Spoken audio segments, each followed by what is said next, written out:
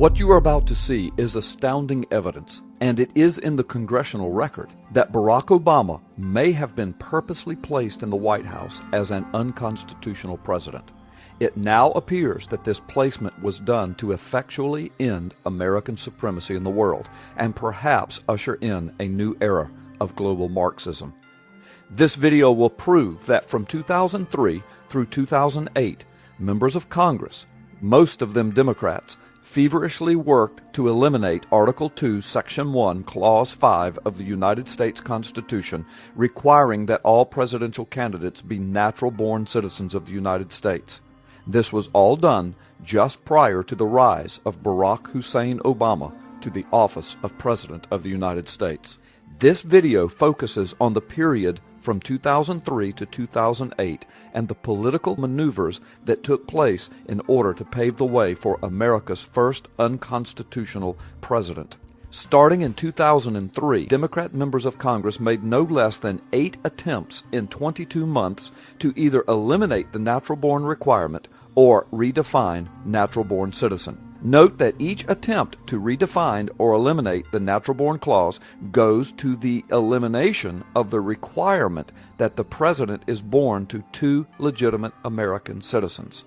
Following are the 8 congressional attempts to circumvent the Constitution and pave the way for an Obama presidency. Number 1. On June 11, 2003, Democrat House member Vic Snyder introduced H.J.R. 59 in the 108th Congress. Its wording declared that it was to be a constitutional amendment making a person who has been a citizen of the United States for at least 35 years and who has been a resident within the United States for at least 14 years eligible to hold the office of president or vice president.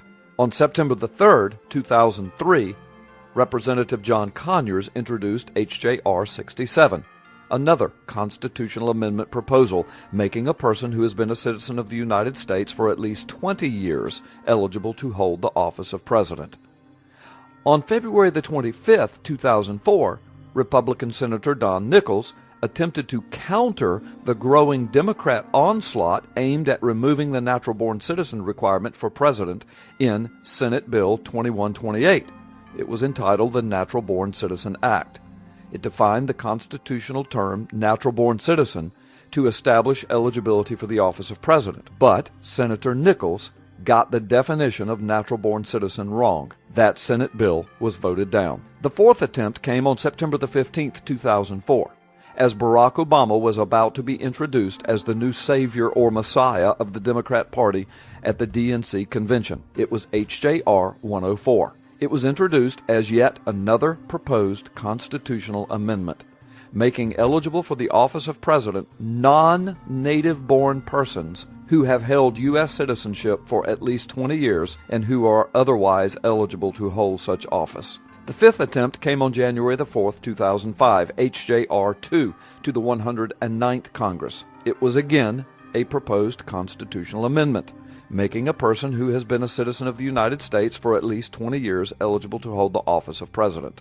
Attempt number 6 was on February 1, 2005, H.J.R. 15, making eligible for the office of the president non-native-born persons who have held U.S. citizenship for 20 years. The 7th attempt came April 14, 2005.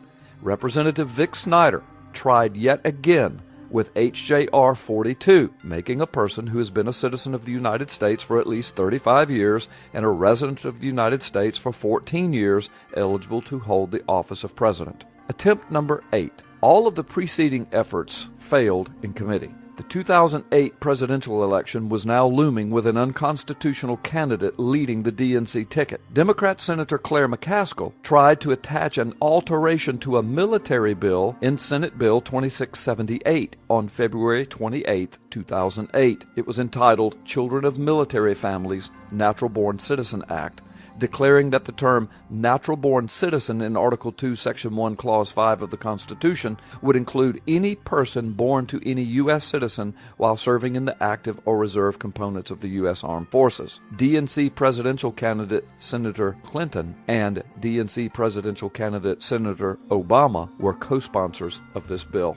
From June the 11th, 2003 to February 28, 2008, a span of 6 years, there had been 8 different congressional attempts to alter Article 2, Section 1, Clause 5, the Natural-Born Citizen Clause in the United States Constitution. All of this took place during Barack Obama's rise to political power and preceding the November 2008 presidential election. But finally, on April the 10th, 2008, unable to alter or remove the natural-born citizen requirement to clear the way for Barack Obama, the U.S. Senate acted to shift the focus.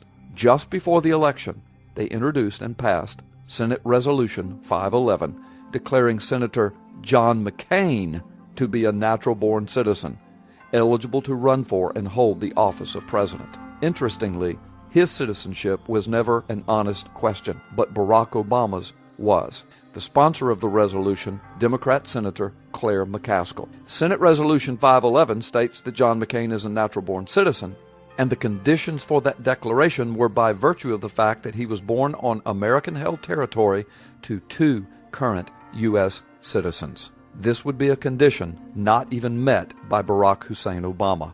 DNC presidential candidates Hillary Clinton and Barack Obama were co-sponsors of this resolution on John McCain's citizenship status.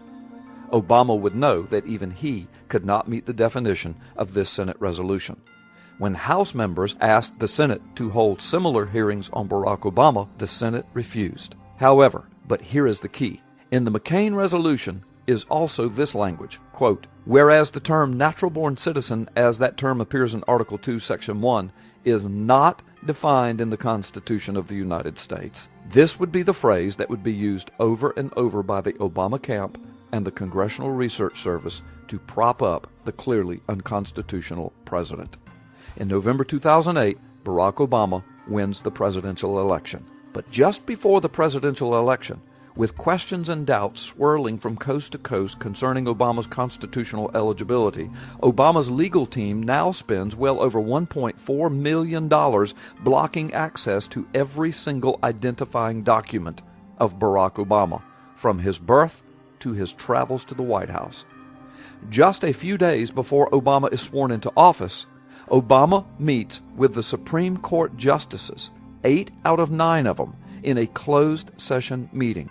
This was done while there were now cases pending before the Supreme Court concerning Obama's eligibility. Justice Samuel Alito was strangely and unexplainably missing from this meeting. No reporters were allowed. No attorneys were invited on behalf of the plaintiffs who had pending cases against Barack Obama before the Supreme Court.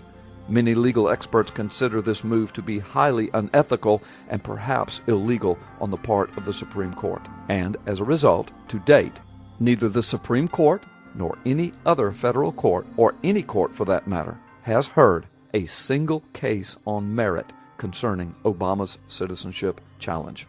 For 2.5 years, Obama refused to release a birth certificate identifying his constitutional eligibility. In April 2011, Obama finally released his purported long-form birth certificate. But since then, numerous computer and document experts have concluded that the birth certificate that Obama released is a forgery and a fake. To date, not a single expert has come forward proclaiming the document to be legitimate. General Paul Vallely has recently proclaimed publicly that the birth certificate is a fraudulent document and Obama should be impeached. These are the facts. Now it's time for we the people to act.